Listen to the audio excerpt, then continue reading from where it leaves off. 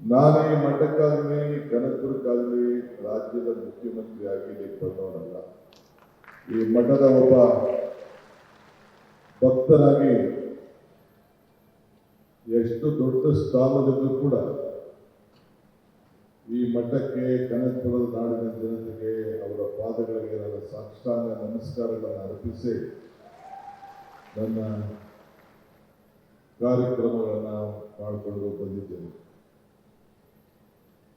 ನಮ್ಮ ವೀರಗಂಗಾಧರ ಅಜ್ಜಾರವರು ಮಾನವ ಧರ್ಮಕ್ಕೆ ಜಯವಾಗಲಿ, ಧರ್ಮದಿಂದಲೇ ವಿಶ್ವಕ್ಕೆ ಶಾಂತಿ, ನಾಡು ಧರ್ಮ ಸಾಮ್ರಾಜ್ಯವಾಗಲಿ, ಭಕ್ತಿಯ ನೆಲೆ ಬೀಡಾಗಲಿ ಅಂತ ಹೇಳಿ ನಮ್ಮೆಲ್ಲರಿಗೂ ಕೂಡ ಮಾರ್ಗದರ್ಶನವನ್ನು ಕೊಟ್ಟಿದ್ದಾರೆ.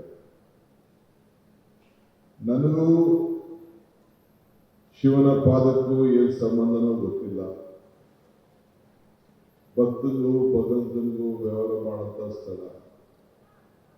ನಮ್ಮ ಮನೆಯಲ್ಲಿ ಯಾರೇ ಹುಟ್ಟಿದ್ರು ಕೂಡ ಕೆಂಪೇಗೌಡ ಅಂತ ಒಂದು ಹೆಸರಂತ ಒಂದು ಪ್ರವೃತ್ತಿ.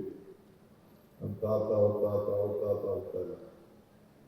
ಆದರೆ ಶಿವನ ಮೂರ್ತಿಗೆ ನಮ್ಮ ತಾಯಿ ಬೆಳ್ಕೊಂಡು ಆಮೇಲೆ ಕೊನೆಗೆ ಇಲ್ಲಿ ಬಂದು ಶ್ರೀಗಳ, ಹಿರಿಯ ಶ್ರೀಗಳು, ನಮ್ಮ ಇಡೀ ಕುಟುಂಬ ಶ್ರೀಗಳ, ದೇಗುಲ ಮಠದ ಶ್ರೀಗಳ ಮಾರ್ಗದರ್ಶನದಲ್ಲಿ ಪ್ರತಿಯೊಂದು ಏನೇ ಕೆಲಸ ಆಗ್ಬೇಕಾದ್ರೂ ಕೂಡ ನಮ್ಮ ತಾಯಿ ಇಲ್ಲೇ ಈ ಸೇತುವೆ ಪಕ್ಕದಲ್ಲೇ ನಮ್ಮ ಮನೆ, ಅಲ್ಲಿ ನಮ್ಮ ತಾಯಿ ಮನೆ, ಇಲ್ಲಿಗೆ ಬಂದು ಇವರ ಮಠದ ಮಾರ್ಗದರ್ಶನದಂತೆ ಇವತ್ತು ಪ್ರತಿಯೊಂದು ಕಾರ್ಯ ಕೂಡ ನಡೆಸ್ಕೊಂಡು ಬರ್ತಾ ಇದ್ರು.